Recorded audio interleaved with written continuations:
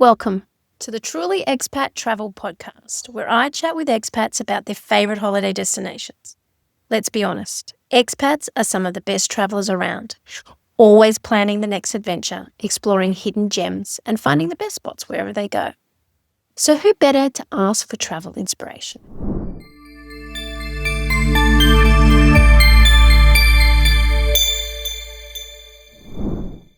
So welcome, Blaise and Tanisha, to the podcast. Just a little bit of a background to the two guests that I have on today. One is my son, Blaise Barnes, and the other is his girlfriend, Tanisha. And they are in Ireland. So I'm really excited to chat to them about their destination. So welcome, guys. So firstly, let's talk a little bit about A, what your destination is, and B, a little bit about yourself. Who are you and why would you class yourself as an expat? Well, obviously not my mum. I'm Blaise, I'm 27, currently living in Ireland, probably the definition of an expat. Lived overseas for the majority of my life. Moved overseas with you guys when we were, 7? Lived overseas till I was 16, went back to boarding school in Australia and have traveled pretty much since then. And I've spent this is my second stint overseas on my own as an expat. One was Italy 2 years ago and now to Ireland with my girlfriend Tanisha. Yeah. I'm Tanisha. I'm 23. Yeah, happy birthday. I didn't even think about it really, but I guess I am an expat now. It's actually my first time even being in Europe. I haven't done that much travel compared to you guys, but yeah, done like Japan and Thailand and Fiji. But yeah. And Amsterdam. Oh yeah, and then and Singapore. You've done heaps of stuff. Yeah, I have. Just compared to you guys, it doesn't seem like a lot. You've done a lot. And so what destination have you chosen? Tokyo. Yeah. Tokyo. Okay, so let's find out why you chose Tokyo. Well, we did Tokyo last year for Christmas. We did Tokyo and we did Hakuba, but we spent the majority of our time in Tokyo. I think we spent, was it a little over a week or about a week in Tokyo. I've done it a couple of times, or we obviously lived there as a family. But it is Japan as a country is my favorite travel destination that I've been to, and we're going back again for Christmas this year. I know, we must love it. Yeah. So what kind of traveler do you think you are? Like, are you the same type of traveler, or do you think you guys are different travelers? They're pretty similar. I think it depends on where we're going though as well. Like I know that when I went to Thailand early in the year, like I was just like relaxing, but then going to Japan, like we want to be going out every day, like doing something new, trying all the food. Yeah, the food's a big thing, right? We'll get stuck into that in a minute. So how easy did you find it to get to Tokyo? From Sydney, it was easy. It was one flight. The thing that I guess I knew but didn't really realize till we got there is the difference in the two airports. You've obviously got what's the Haneda, and you got Narita. Haneda was really easy. I think we arrived at like 6 a.m. 6 or something. 6 a.m. Yeah. Well, in Tokyo by probably 7 o'clock. Yeah. Customs was super easy, but obviously Narita it's a little bit further. It was about an hour and a half. So, and obviously when you were leaving, getting out of Japan, Narita was a lot heavier with traffic coming out, right? So really, really easy to get into, but the airports, I definitely recommend if you can fly into Haneda. Just makes things a little bit quicker and a little bit more convenient. I think people don't realize that that there is two airports and that one is actually quite far away and you have to catch a bus because or a train, depending on where you're staying. And to get to Tokyo, was it a direct flight? Yeah, direct flight. I think we left. It was a Qantas flight at like maybe 8 o'clock, 9 o'clock. Yeah, 8 or 9 o'clock. And it was about 9 hours straight over. That's good because the time zones aren't that different either. I think like 2 hours behind us, maybe. Yeah, 1 or 2 hours. Yeah. It was really easy, straight there. Yeah. So if you were to recommend a 2-day itinerary, what would that look like? Oh, eat wherever you can. Yeah. And we did a lot of like walking around just the city, going to all the shops. I think the shopping I mean, coming from Australia, the shopping isn't that great compared to when you go other places in the world. So like going to Japan and like walking through the streets, seeing the massive shops that they have was cool. And just the food. So Yeah, the food. Okay, so the first day would just be shopping, do you think? And is there a particular area that you would shop? Everywhere pretty much, right? Yeah. Like you've got Shibuya, which is congested, but you've got all your shops that you'd find in most of the places in the world. Shinjuku was really cool. That is chaotic but organized chaos. So a lot of people there, but pretty easy to navigate. But there's a lot of shops there. And I think when we went to, was it the Levi's store in Harajuku? Yeah, Harajuku. Yeah, where you could do custom Levi's. That was really cool. I wear those jeans like all the time. Yeah. Can you explain what that means for those who've never been? So you like go through the Levi's store, you pick a pair of jeans that you want, and then you can get them like customized with heaps of different embroidery options that they have. And then I think you have to pick it up, I think it's a week later. I think it depends on how busy it is. Yeah. We picked it up the day before we left Japan, I think. So I think it was like maybe 5 days. Yeah. But yeah, they're so cool. Like I haven't seen a Levi's store around the world since it has been able to do that. And we've checked out a couple, so that's definitely a bucket list. I was somewhere the other day that did it. Where was I? But it's a smaller version. I think it was here in Singapore. That was with us. You couldn't get. Oh, that's right. It was you. Yeah, you could only get like a couple patches. Patches. Yeah, there was no like real custom. No, but it was. Where was that? In Dublin? Dublin, yeah. Was it Dublin or was it in Galway? I don't remember. Yeah, might have been Dublin. I can't remember. I just remember. I think a Levi's store and it was small. Yeah, but it's not like it's a very different concept to what. Yeah. We saw in Tokyo. So are there any other custom stores or anything that you thought was a little unique that people should try or do or see? Yeah, you can get like we didn't book it because you definitely have to book, but the custom fragrance we make fragrance, and then I know I've seen on TikTok that you can do like custom like jewelry. I think that's in Tokyo, yeah. But I think that's as well something that you have to book in advance. Yeah. Whereas the Levi's thing, we just rocked up on the day. Yeah, bed's a very long line. I'd say go early. What was the other one that we lined up for and we didn't end up going because the line was too long? Oh, that shoe store, what's the name of the brand? Tigers. Tiger. Yeah. Yeah, because that also is branded or something, wasn't it? Like you can do customization there too, but that line was just that was for a special ridiculous. One. Also good to note if you end up doing that line that you see that's very, very long is just for that one shoe. You can actually go into the store without lining up for any of the other regular shoes. Yeah. That was very, very fast. So the first day would be shopping. Would there be something, what would you do at night if you shopped all day? Well, at the time that we went, because it was Christmas time, they had that light festival. Oh, yeah, in Roppongi. Yeah, so that was really cool. And they had like an ice skating sort of outdoor rink there as well. That was cool. But apart from that, I would just say walk around. Yeah, like you see someone just walking. Yeah, and Roppongi, whilst that light festival is on and the ice rink and stuff, there's so many places to eat around there. The good thing about Japan and Tokyo specifically is you don't really need a booking. I would say you can literally just walk and find somewhere. You might have to wait in a line because it's quite busy, especially that period of time. But the food, everyone knows Japan is one of the best places in the world to eat. So there's so many options. So would you suggest if you're going there for Christmas to buy your Christmas presents there rather than bring them with you? Yeah, I would also say traveling wise, if you can, bring an extra suitcase because there's so much to do.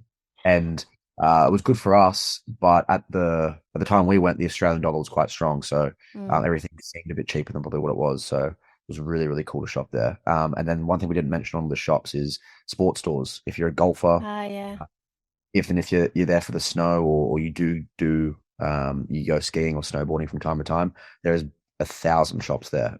Some of them 7-8 stories tall, with so many cool things. Like a floor for every sport, pretty much. Crazy.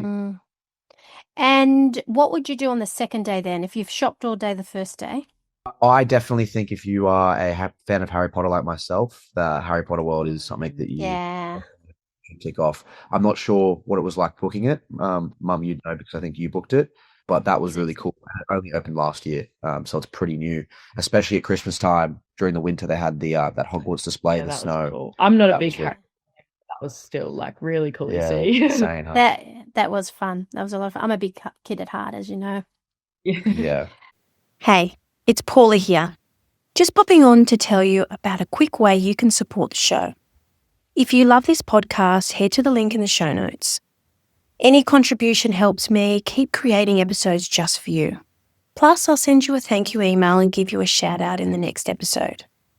The link is also on my website and social media, so support really does make this possible. Thank you. So what would you do apart from that then? Because that's a couple of hours. What was the light thing that we did? The experience, the light and sound. Oh, the lab, the teamLab. teamLabs, It was yeah. definitely not what we expected, but it's definitely something to do while you're there. Yeah, it was cool. It's pretty popular. Some of the areas that you go through are definitely cool More interesting than others. Yeah. But yeah, that's probably another thing to tick off. And then again, I would keep reiterating, you don't have to book too many things in Tokyo. There's so much to do. The city's so big, areas that are so different yet all so busy and lively, and they are lively till the early hours of the morning. So there's just so much to do, just walking and getting on the train, which is so convenient. Yeah, I think one thing that I'd like to do next time is to go to like a batting cage or like an arcade place, because we didn't do that, and like Japan's big for that. So yeah, should have done that. We did heaps though. Would you do the go-karts again? The go-karting? I think it's a cool experience. I wouldn't do it again. rush to do it again. Yeah. Yeah. Cool way to see. Yeah. So like the Mario Kart experience. Yeah. So you like dress up in your little onesies and in a go-kart, and like you actually got some speed around the city.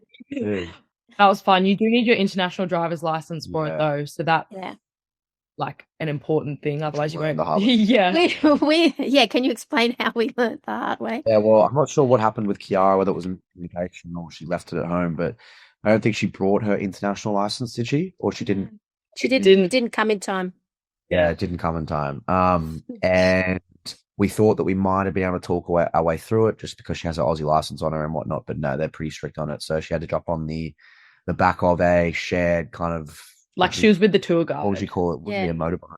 No, it's like an ATV, isn't it? Was it? Yeah. So, yeah. And, she was on the back, and she was pretty much designated photographer. She was our videographer. She wasn't too happy about it at the time, but I think she definitely, while she couldn't drive her own kart, she had a good time. So I'm pretty sure. Yeah.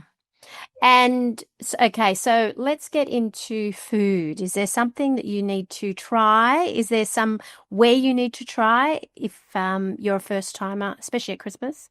Just everything, like the ramen, the sushi, the convenience store food. Yeah.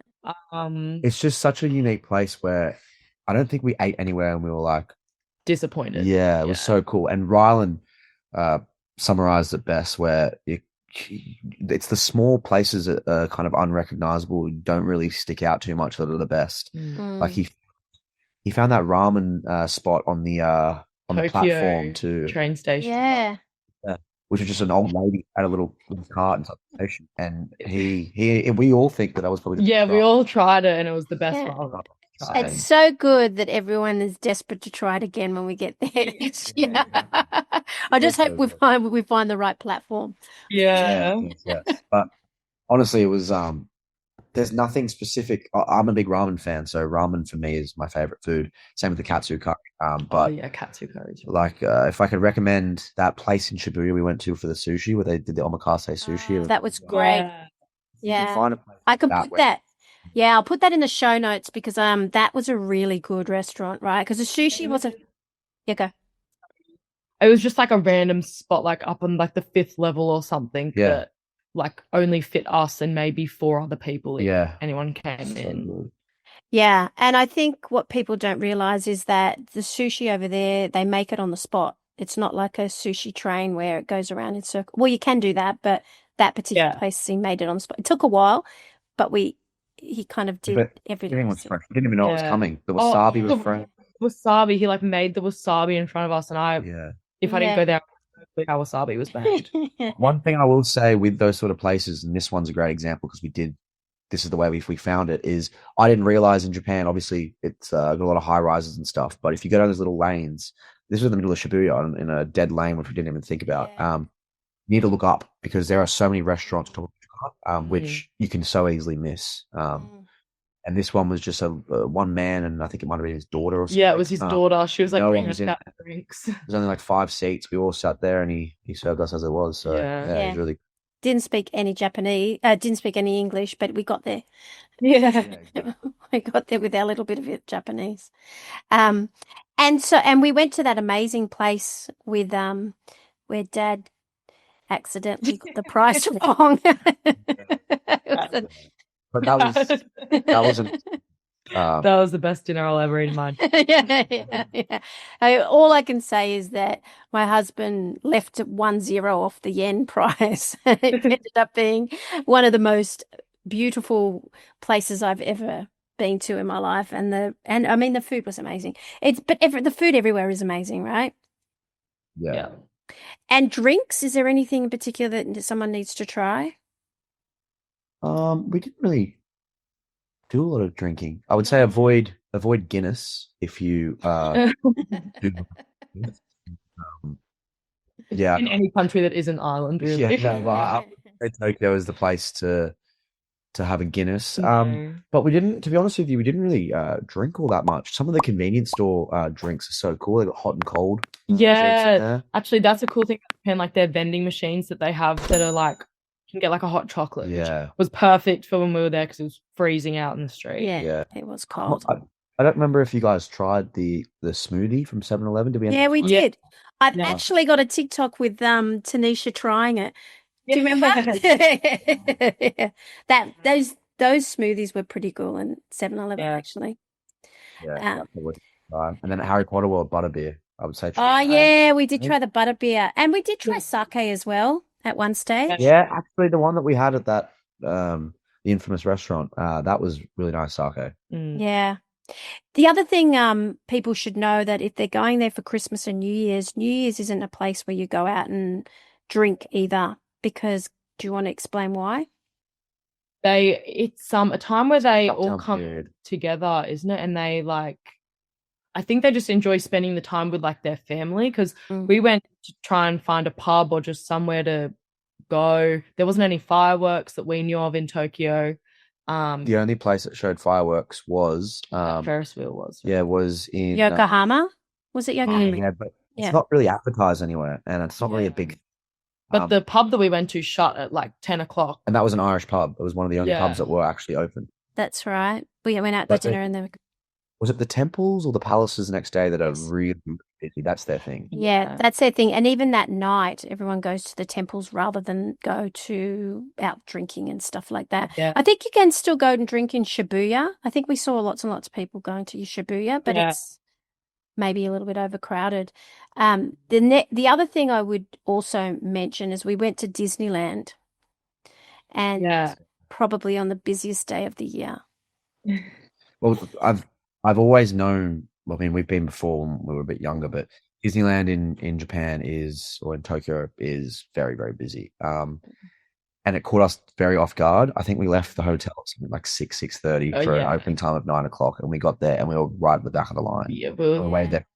Yeah, we were there very early. Yeah. And that was my first time going to a Disneyland, and I'm not really, I don't know, I wasn't sure if I was going to enjoy it. And I think from what you guys have said, that's nothing like, because we went to Disney Sea, and you guys said that that's nothing like what an actual Disneyland is. It didn't have like the same like magical kind of feeling compared to the other Disneylands that you guys have been to, you're saying. So yeah, I think maybe, I mean, if you really like Disneyland and all that, it'd be good, but you just have to be aware that you're gonna have to be spending a lot of money to even get on any rides. Yeah. And a lot of time waiting in lines. Like your whole day is just gonna be waiting in lines. And the whole day was on the phone because we had the fast passes aren't like normal Disneyland, right? You can actually buy fast passes, and they ended up costing us like $100 for all of us for one ride. It was crazy. And always on the phone. Yeah, it was really a bit of a, I would skip it completely at Christmas personally. Maybe go another time if you intending on going to Tokyo another time. Yeah, I would say if you do want to go to Disney in Japan, Disney Sea is the one to go to purely because it's the only Disney Sea in the world. Yeah, it's a bit different. But be prepared that, yeah, you're going to be spending probably $100-$200 a person just on fast passes to avoid, 4 to 6 lines. hours. I know.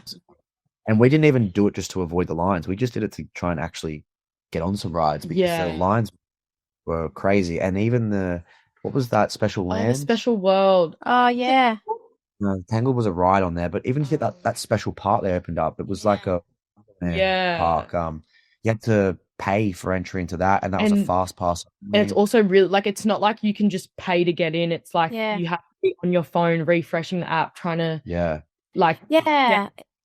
And to get in there, to get into any of the rides in there, you actually have to pay on your fast pass or whatever because you can't actually just rock up and go into one of the rides or line up. It was weird. It's a bit weird.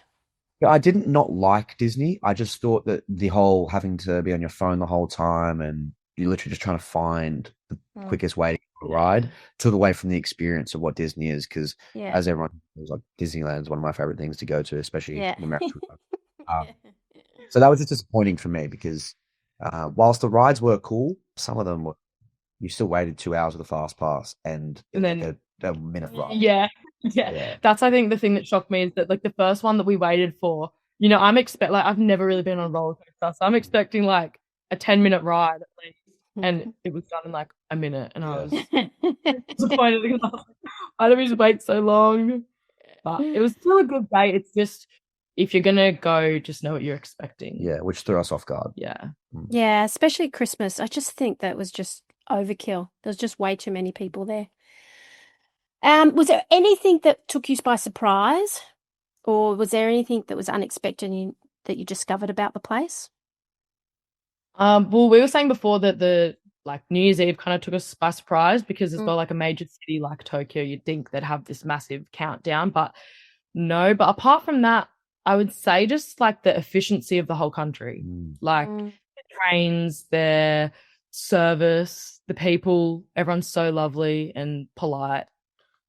That was like surprising for me. And it's so busy, but it doesn't really feel like you don't feel closed in and things don't feel like everyone's trying to push and in a rush. It just everything's like it's orderly. Yeah, it's so orderly, but it's so busy. They just do it so well over there and everyone is so respectful. I think I already knew that going in, but it's probably one of the busiest places I've ever been to for a Christmas period. So and I didn't really I wasn't frustrated or anything by it. So that was probably the biggest surprise us in a positive way.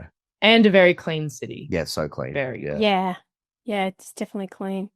Did you have any cultural experiences with the locals? Not a whole lot, right? It was probably that first meal that we had, what's it called? Omakase. Omakase, when like, he's preparing it right in front of you. I think that was probably the most cultural sort of thing. Yeah, I mean, everyone was so welcoming, especially into restaurants and stuff, even if they didn't speak any English, which was cool. But I think just the most of the cultural experiences we had were through food. Everything was right in front of you. Even the ramen, you see them making everything right in front of you. No English. They just kind of point to what they recommend, and you just go with it. That was how nice everyone was. Yeah. Was there anything you wish you knew before you went? The Disney one was the biggest. I think we all thought, if we knew this was going to be like this, we wouldn't have done it. That's it for me. What about you? It was your first time in Japan. I don't know. I loved it. Yeah. I wouldn't change anything that we did. Like that is definitely Japan is like my favorite place that I've ever been. It's obviously apart from Australia, it's like my favorite country in the world. So yeah, it's very different. I mean, it's got everything there, the old and the new. Because I've been even in the 5 days we did a lot. Like we did a lot, covered a lot of ground. And like expect to walk like 20,000 steps a day. Yeah, we did, and caught public transport everywhere because it's efficient. Yeah, it's so easy. Nothing's ever delayed. Everything's on time. You know exactly when it's going to be there, when it's going to go, and there's so many options to get to places. I would say. Because the public transport's so efficient, especially the train systems, don't go there expecting to take taxis because sometimes it's actually longer to take a taxi than it is a train. Yeah, that's Unless, true. yeah.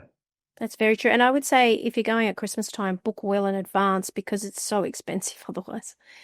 Like so Yeah, expensive. we didn't realize, right, is we learned this time because this time we booked everything quite early. But yeah, we booked a little bit too late. I wouldn't say restaurants, as I said before, you don't really need to book restaurants unless you have a couple that you need to go to. Mm. Yeah. But be prepared to wait in lines. That's one thing I would say. I Yeah. didn't realize.